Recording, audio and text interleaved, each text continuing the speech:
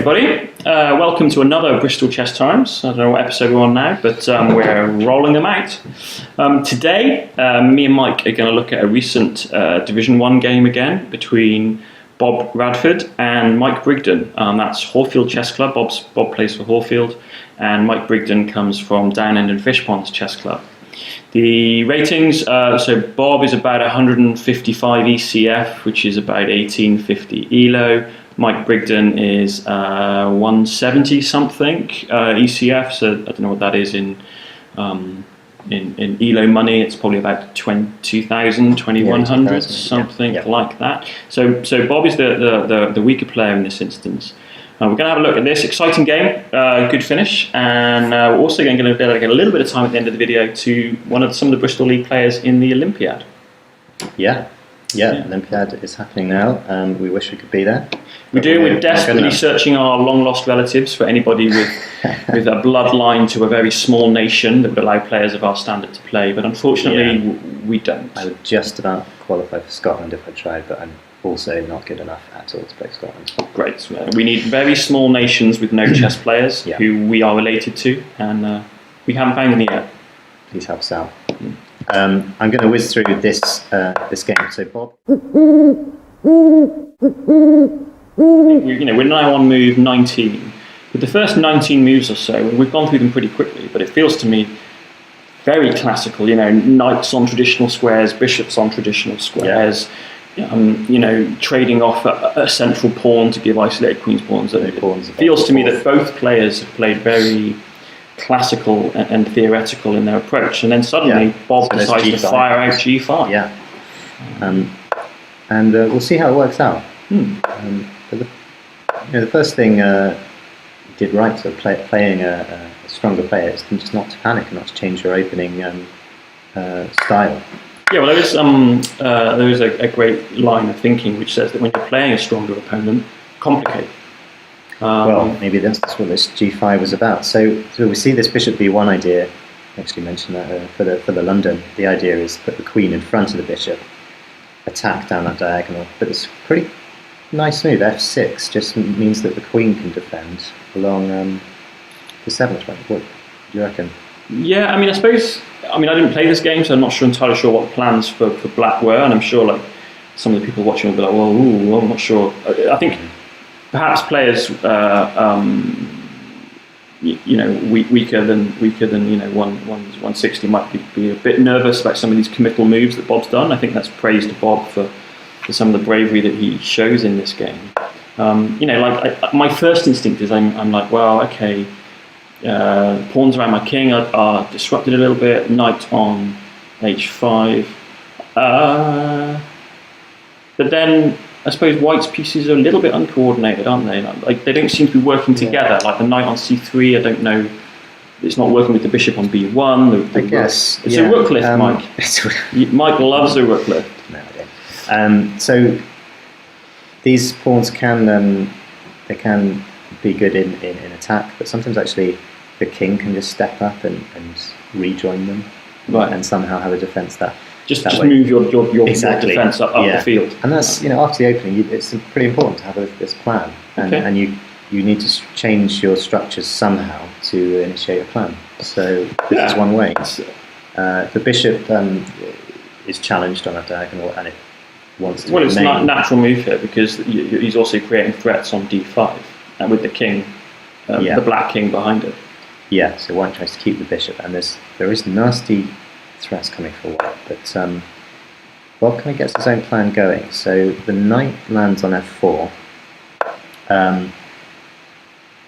This looks like a very dodgy move to me. Yeah, this does, because the knight can easily be kicked, right? So my first instinct here is the knight I get is covering the bishop, but it can be kicked at some point. So G3 would be a move to look at, but you've got to be careful of the H3 pawn. Yeah. So I would, as you know, immediately look at rook takes bishop as well. Well, it's an exchange sacrifice. Yeah, it's more than it is. we haven't looked at that, but maybe you can take twice on there as well. And then bishop takes d5. Ooh, let's have a look Rook at that. takes, knight takes, rook takes. So can white actually give up all of this? Can you play rook take? Hang on.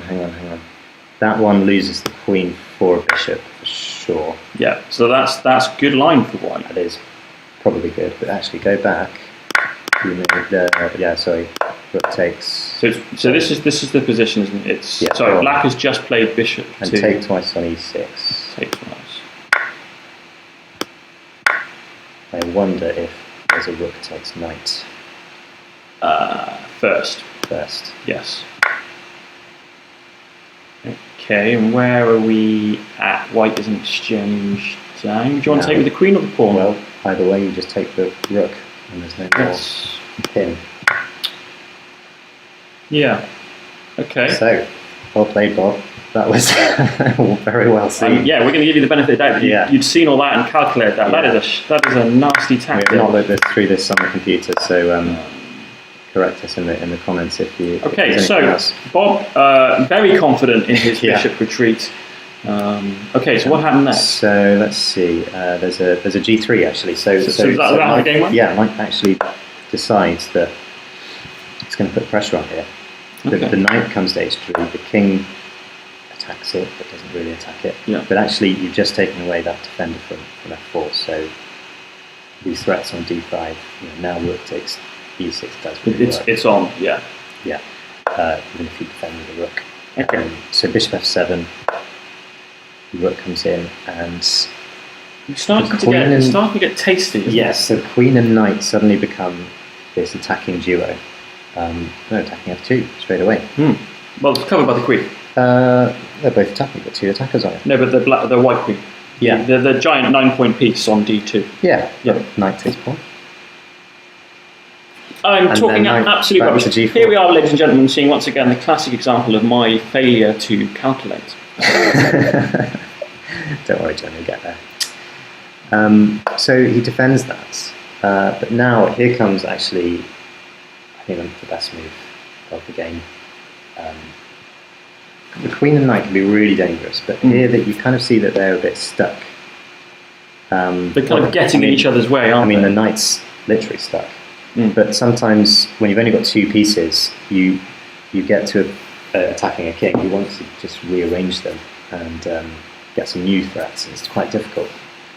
But Bob finds a really nice move. Okay. Well, given that the knight is kind of a bit stuck, the first instinct for me would be to try to solidify it. So because at the moment my queen is, or black's queen is, defending the knight. So I'm thinking about things like maybe a g4 push to anchor the knight. That is a good idea. Although h6 falls exactly, to the queen. So and queen h5 would be a nice move because then there's a discovered check.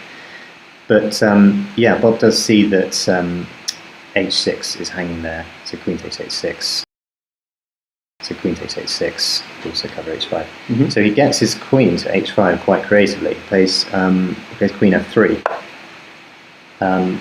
Giving up. Looks like it. Okay. With a threat of queen h1, I presume. That's lovely. If king takes knight, then queen h1, and mate will follow with the queen and bishop.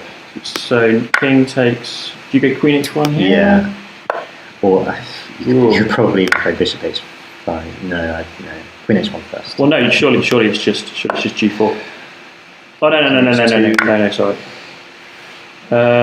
What is the correct order of play? I've just given up a knight. Yeah, queen h1. So just immediately taking advantage that there's no piece on the back. Yeah, and the king has to come up.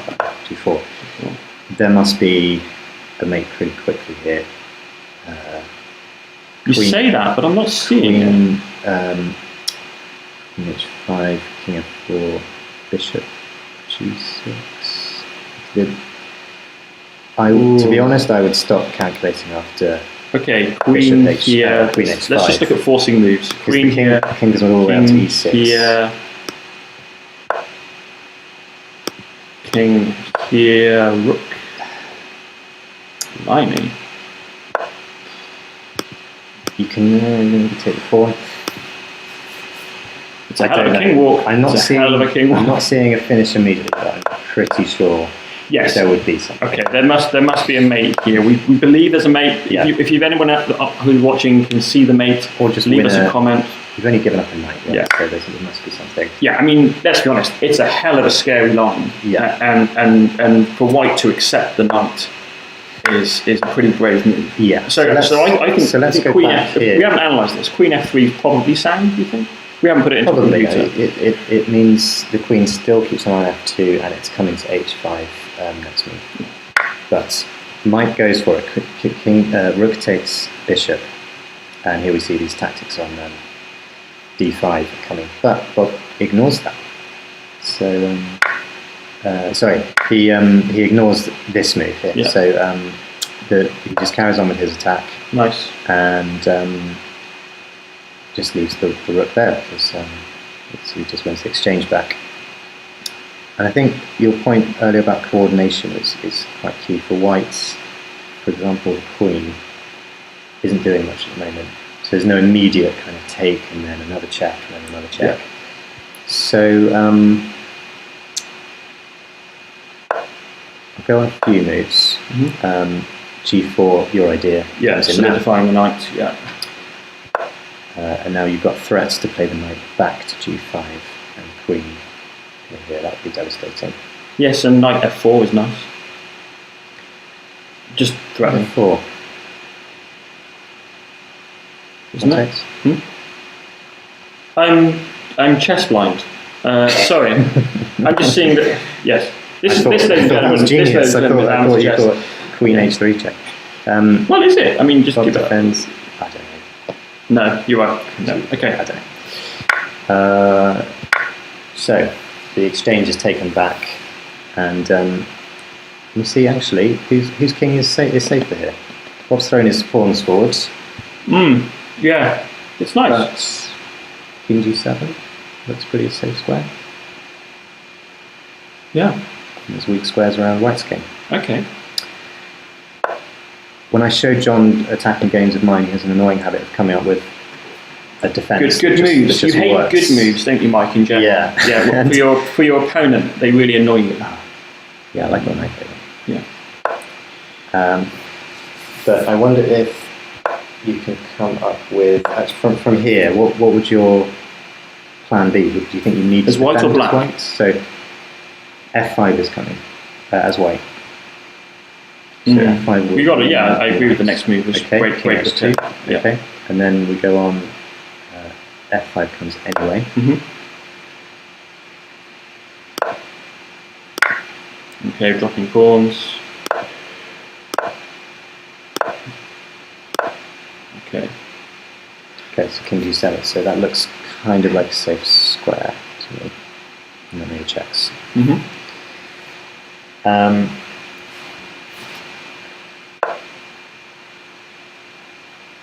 Let's go on. So we see this knight reroute to F3. Yeah. And that's a really. I think the knight's been the best piece in the game. Actually, yeah. I questioned it on H5, but I feel like. Yeah, and it comes back to this G3. Yeah. We actually saw in another video in my game where I played G6 and G7. In fact, we've got a bit of a theme in our videos at the moment about G pawns being decisive in the game. There was that checkmate in my game where there was the G3 push preventing the bishop. There's several games here where the G pawn appears to be decisive. Yeah, I'm just going to switch back very quickly to there. That's when G3 was played. And it's kind of deliberate provocation. It's a long way away. Move 27. Yeah.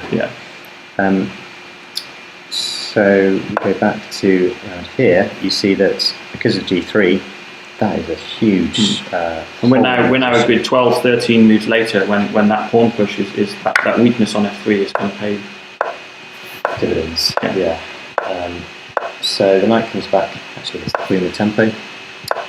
White really wants to trade queen here because he recognises that danger on F3. Yeah. Black doesn't allow that. First to check. And here we're forking the rook. So this is actually a bit of a mistake. Black can pick up the exchange. Yeah, but he wants more than that, right? Because the queen is now defended by the pawn. Yeah. He wants more, so he goes knight E1 check. This is quite nice. I think there was a little bit of time trouble. If white finds the right king moves, you can always come back to f3 with a check. And then take the exchange. That's lovely when you get one of those positions where you've got the freedom to look for the mate, knowing that you can always bail out with a material advantage. Yeah. I think that's a really powerful position to be find yourself in. Yeah. So, and understandably, mistakes creep in. King h1 is a nail in the coffin, as I say. And let's just show the finish. So I think white resigned here, didn't he? Yes. But if king resigned, so there's only one move, king h2, and then it is a lovely finish. Lovely finish. And the knight wins the game. Yes, exactly. Yeah, man of the match from yet another knight.